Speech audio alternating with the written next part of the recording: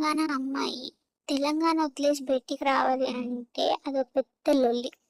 ఎందుకంటే అందరూ వేరే వేరే ప్లేసెస్ నుంచి తెలంగాణ, హైదరాబాద్‌కి వచ్చి మాక్సిమం సెటిల్ అయిపోవడము, లేదంటే జాబ్స్ చేయడము, ఏ ఫీల్డ్ అన్నా ఉండని ఆడొచ్చి సెటిల్ అయితారనమాట. అట్లాంటిది నేను పెద్ద పోటుదాని తీరు నేను ఈడుండా, నేను ఈడ చెయ్య అనుకుంటా మరీ బయటికి పోతున్నా. మా ఇంట్లో అయితే మినీ సైజ్ లొల్లి అయ్యింది.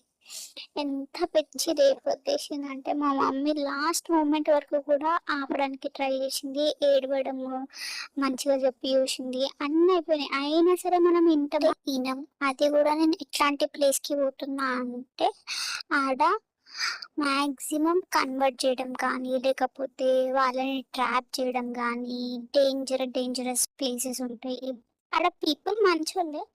బట్ ఇప్పుడున్న గవర్నమెంట్ వల్ల లేదంటే ఏదో ఒక ప్రాబ్లం వచ్చు లేదా సమ్ రీజన్స్ ఆ ప్లేస్ అనేది అంత సేఫ్ కాదు ఫర్ హిందూస్.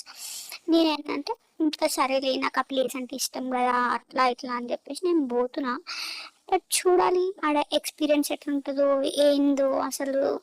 మంచిగానే పోయేసి వస్తున్నా లేకపోతే మా ఇంట్లో వాళ్ళు మొత్తుకునే దానికి ఇంకా తేడానే అవుతుందా అన్నది పోయినాక అప్డేట్ చేస్తూ మొత్తం అంతా కూడా ఎక్స్పీరియన్స్ చేయాలి అన్నది నా thought.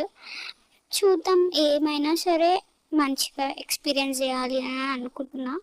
But I don't know ఏమవుతుందో ఏమో. సో గుడ్ నైట్, ఈరోజుకైతే ఇంతే. Bye bye.